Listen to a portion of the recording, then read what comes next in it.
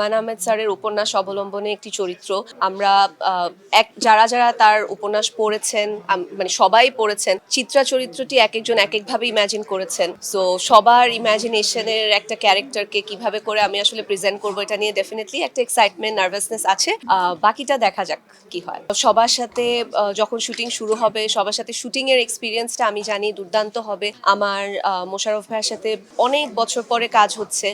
আমাদের এর আগে ছোট পর্দায় কাজ হয়েছে, মম আপুর সাথে আমার ওটিটিতে কাজ হয়েছে, শ্যামল ভাইয়ের সাথে ছোট পর্দায় কাজ হয়েছে, রাজ ভাইয়ের সাথে কখনো ছোট পর্দায় কাজ হয়েছিল একবার, বাট এই প্রথম ফিল্ম করছি। বাঁধন আপুর সাথেও আগে কাজ হয়নি, বা চঞ্চল ভাইয়ের সাথেও ইনফ্যাক্ট আগে কাজ হয়নি।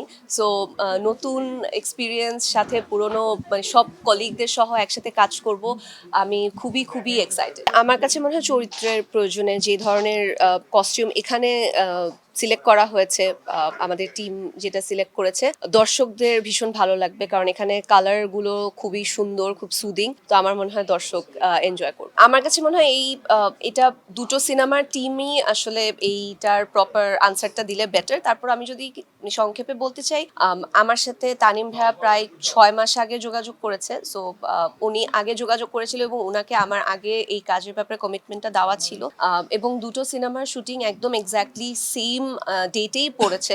সো আমার কাছে মনে হয়েছে যে প্রফেশনালি আমি হয়তো 2 সিনেমার কাজ ঠিক মতো করতে পারতাম না, যেহেতু দুইটা জায়গায় ক্যারেক্টারটা ভীষণ গুরুত্বপূর্ণ এবং অনেক লম্বা সময়ের শুটিং। তখন আসলে যেহেতু তানিম ভাইয়ের সাথে আমার আগে কমিটমেন্ট হয়েছে, এই জন্য বর্ণতা এক্সপ্রেসটা করা।